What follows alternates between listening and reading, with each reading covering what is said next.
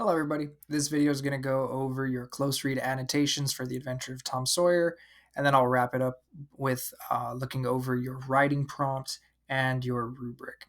As always, close read is going to be done over 2 days, so day 1 is to reread and make annotations to the focus questions. Day 2 is all day for that writing prompts. Treat the focus questions as always as a study guide, especially for this one. Use my ideas to guide your own annotations. This writing prompt is going to be personal, which you'll see at the end. So you can go off of what I personally feel, but of course, I'd love to hear from yourself. So with that, let us move into split screen. That way you see, as always, your focus questions on the left-hand side, and you can see your annotations on the right-hand side. And you are not seeing this wrong. This time around, there are only 2 focus questions. We have annotations for the very first 2 paragraphs and annotations for the second 2 last paragraph. With that, I am going to turn on numbers, and as you can see, my annotations are already done to just save us a little bit of time and you don't have to hear me click-clacking on the keyboard. So focus question number 1 today. How do the first 2 paragraphs, okay, so simple, 1 and 2, of the adventures of Tom Sawyer indicate that the narrator is using a third-person omniscient point of view? Easy stuff, right? That was our big skill lesson and really building off 6th grade and 7th grade work. Right when I hear third person, I think, okay, what are my pronouns? Am I looking for he's, she's, it's, they's? Now where it gets a little bit trickier, omniscient. Ooh, what was omniscient again? Breaking into my roots, omni and size. All seeing. Okay, can my narrator see everything going on in my characters' heads? Highlight evidence from the text and make annotations to support your explanation. So again, we already know it's third person omniscient point of view, but now we've got to explain it again in our own words. I don't know if I said it already again. Highlight evidence from the text and make annotations to support your explanation. Remember, I'm old, I forget, give me a break. All right, so with the reading first, paragraph 1.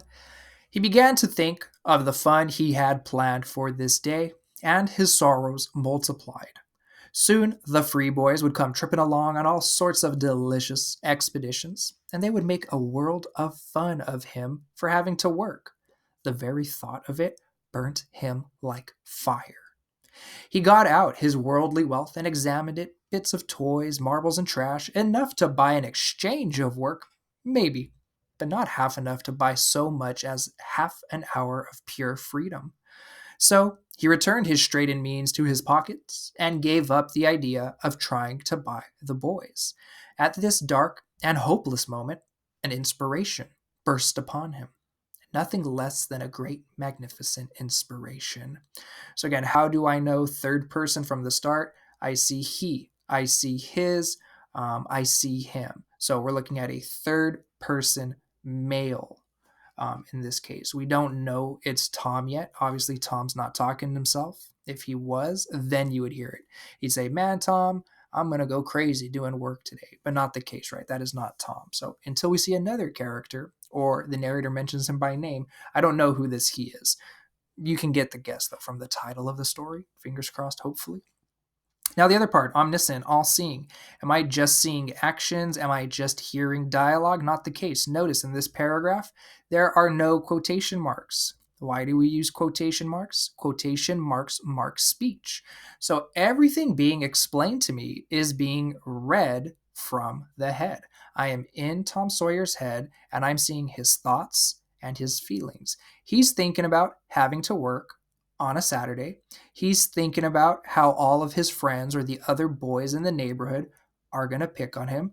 The very thought of this burns him like fire. Extra points if you can tell that that's a simile, right? Comparison with like. And at the end, you see in his dark and hopeless moment, what a huge metaphor. If at that, inspiration burst upon him. How do I know he's inspired without him saying it? Well, again, I'm looking into his head. What is my annotation here? The he pronoun informs me that this is third person point of view. The fact that the narrator can see what the character is thinking And feeling tells me that the narrator is also omniscient, all seeing, right? That's how I can be in his head. Think of it like that God type of character, right? At this point, I do not know if it is limited though. Yeah, if I see another character and I can't see into that character's head, okay, well, this is limited. I can't see into every single character's head, just Tom. I will have to read on and find another character. And hey, lucky for us, we don't have to read that far because boom, we get one in paragraph 2. He took up his brush and went tranquilly to work. Ben Rogers hove in sight presently, the very boy of all boys, whose ridicule he had been dreading. Ben's gait was the hop, skip, and jump, proof enough that his heart was light and his anticipations high. He was eating an apple and giving a long, melodious whoop at intervals, followed by a deep toned ding dong dong, for he was personating a steamboat. As he drew near, he slackened speed, took the middle of the street, leaned far over to starboard, and rounded to ponderously and with laborious pomp and circumstance, for he was personating the big Missouri, and considered himself to be drawing 9 feet of water. He was boat and captain and engine bells combined, so he had to imagine himself standing on his own hurricane deck, giving the orders and executing them. So, brand new character in the scene, Ben Rogers.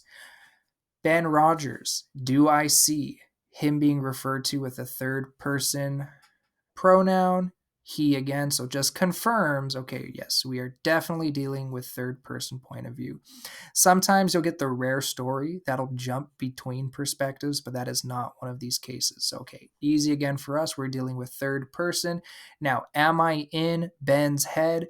Yes, definitely. Check out the second to last line. Ben is imaginating, that's not a word, imagining himself. He is imagining himself personating a steamboat. So check this out. Ben comes up into the scene and he's hopping and skipping. We might be thrown to say, it's limited. Proof enough that his heart was light and his anticipations high. Not the case, right? I'm sorry, I said limited. This might show me, it's omniscient, but again, not the case, not the case. The reason being, hopping and skipping, you would assume somebody is lighthearted, right? You don't hop and skip when you're sad. That is a super weird image. Try to picture it. You hopping and skipping down the street while crying. So no, again, this is not proof here of omniscient narrator because the action does go with the feeling. Giving a long melodious whoop to show that he's personating a steamboat. Ding dong dong, ding dong dong. Again, remember when this came out? 1879, I believe. And if I'm getting it flipped, it's 1897. Still, that would be a familiar sound at the time. So you definitely know he's personating a steamboat. For example, if you were walking down the street and you wanted to go like woo, woo, woo, I would assume, you're pretending to be a police car. So these two instances might trick us into thinking this is omniscient, but again, not the case. Not the case. Skipping definitely tells me you're lighthearted. I don't need to see your head to understand that. Making these sounds, again, back at the time, you wouldn't mistake it for anything but. What I would not know is the name of this boat. There's no way for me to know he thinks he's driving the big Missouri without being in his head. He would have to say this aloud.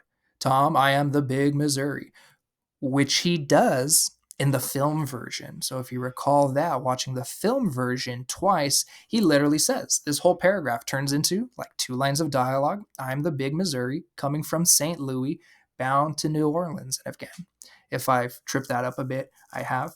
But notice, because I have a third person omniscient narrator, I'm in his head and I can tell you exactly the name of the boat. I can tell you he's got these big 9 feet wakes behind him. I can tell you he is the boat and captain and engine bells. He's being every single part of this boat.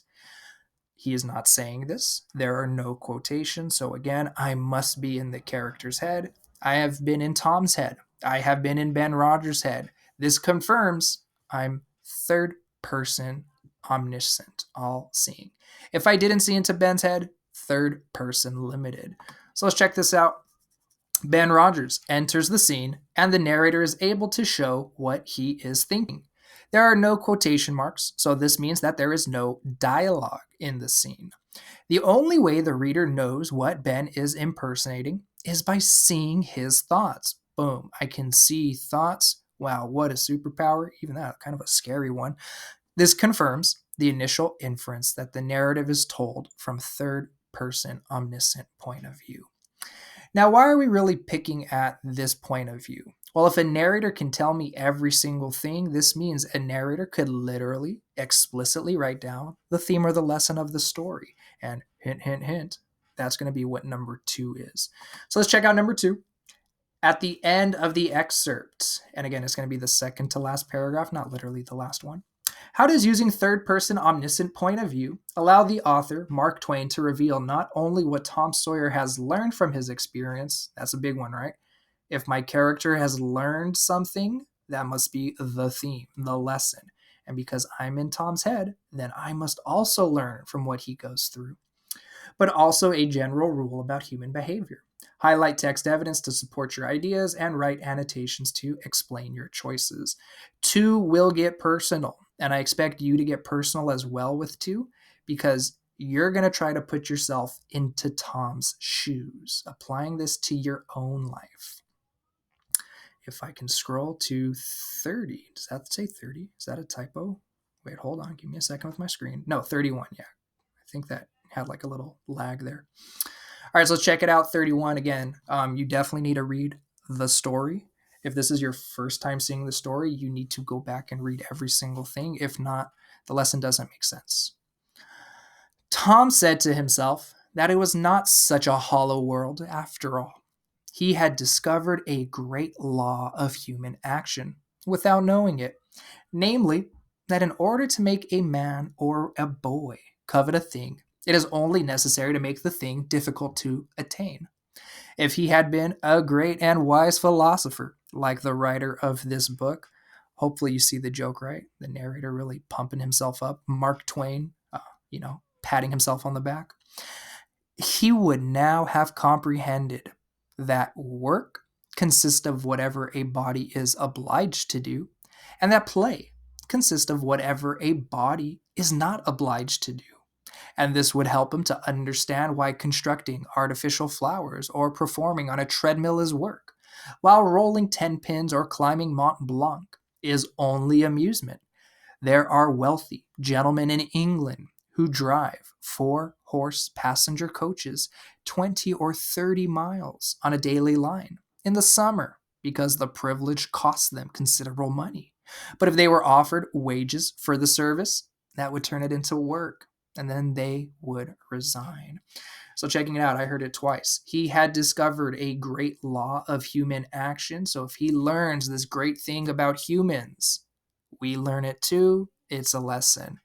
He would now have comprehended. To comprehend means to understand. If he understands something, fingers crossed, we understand it as well. So let's see, what is this great law again?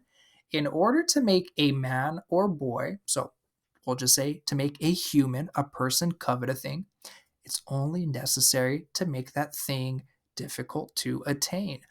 Sounds true, rings definitely true to my own ears.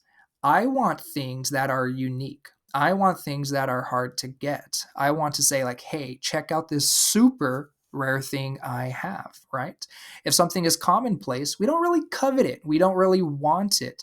Tom does this, right? He makes his chore look so rare, once in a lifetime opportunity, hard to do right, that all the boys in the neighborhood covet it. They want to do his chore. So funny. Even more so, they'll pay him to do his chore. How ironic. You wouldn't pay to do someone's chore, right?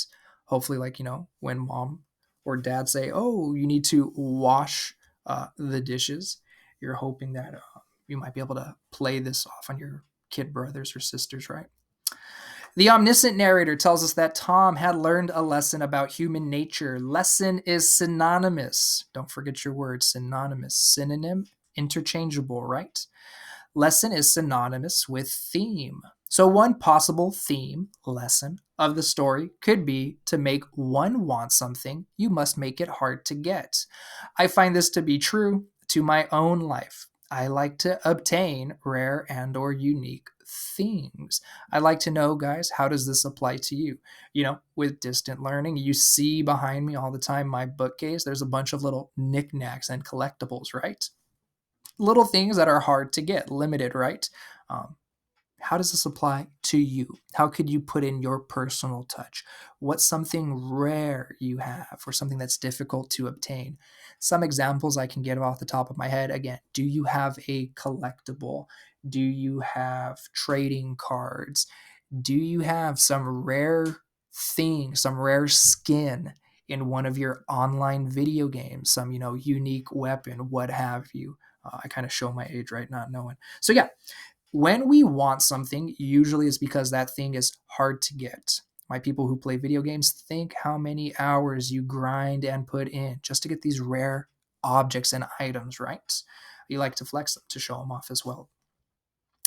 The other thing we learned, he would have now comprehended, comprehend, synonymous with understanding. Think of it, guys. You always do comprehension questions, understanding questions. You're proving to me, do you know the story? Now, what does Tom understand? What does he comprehend? Work is what you are obliged to do. You must do it. And that play consists of whatever a body is not obliged to do. Remember that word, obligation, back from abuela meets Abuela invents the zero. Abuela is obliged to go to church. Connie is obliged to take her friends to the mall for the fashion show. Something you cannot miss out on. Check that out. Vocabulary always comes back, right? So, work, something I have to do. Play, something I do not want to do. I'm sorry, play, something I have a choice at doing. If I don't want to do it, I don't have to do it. To comprehend means to understand. If Tom understands something, and I am in his head because of the point of view, then I should be able to understand the lesson as well. Work is something I must do, while play is something I have a choice at. Check this out personally. What do I know about you guys? I know that some of my students love to read for fun, choice, but dislike reading for school. I don't want to do the think cues and comp cues, right? So that is the case. Personally, what could I say in my own life? Something I love to do, a choice, something I'm not obliged to do, but I do it because I like it, is walking my dog. I love it. Take him for a walk every single day. Now, if I was a dog walker, I might not like this as much. It's a job. I need to do this, get out of bed and go walk dogs. Blah. It would drag on me, right? I'm lucky in my own life. I love to read. I love to read to you and talk and explain things. And I like to hear you guys explain things as well. So, again, this is my personal relation back to the story. You are going to have to explain to me in the writing prompt, personally, what is something that you see as work versus play? How can you put this into your own life? If you recall back to our think cues, the video one, the very last one, number 8, you hear about the girl. Her little sister loved to dance for fun until her parents signed her up for dance lessons, then hated it, right? Some of you might be in that situation. You love making TikToks, you love dancing around. Your parents say, let's sign you up for ballet. Well, hey, you know what? You're missing the mark. Now you're making my play into work. And also, if you remember the other boy, he says, I love doing math problems for fun, but when I get them assigned as work, I put them off and I hate doing it. So again, choice is play, work is obligation. Closing this down, closing down split screen mode as well. Click, click, going over to right just to look at what your prompt is.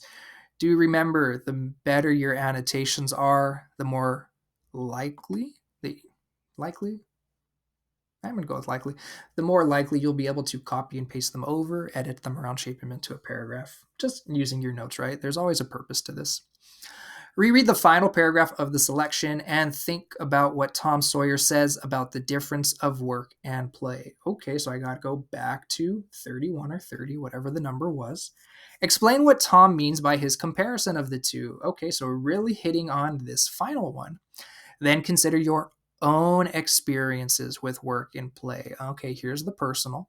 In a paragraph, examine the difference between work and play according to Tom Sawyer and according to you. So, Tom Sawyer, what does he learn about work and play? How does he get the boys to do his chore as their play? Now, think about this according to you.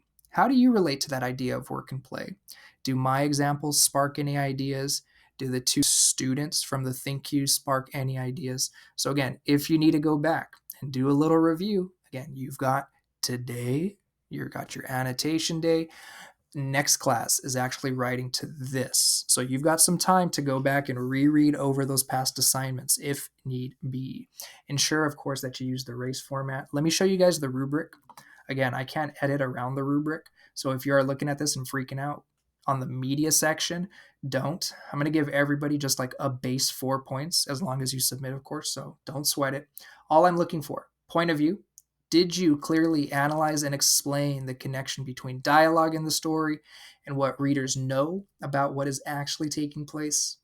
Do you provide exemplary analysis and use relevant evidence from the text? So don't just pull from that final paragraph or those first two.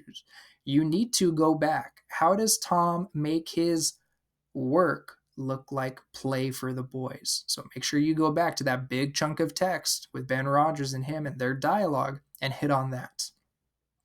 Language and convention, simply again, restate, answers, cite, explain, please. And, one paragraph looking for 6 to 8 sentences. Please also put in your own personal thoughts as well, because that's what it says here. How does this play out for Tom? And how has this played out for you in your own life? With that, any questions? And we're meeting lifetime. Ask me lifetime. If not, send me an email. Fingers crossed I get back to you, within a reasonable amount of time. With that, guys, good luck with everything as always.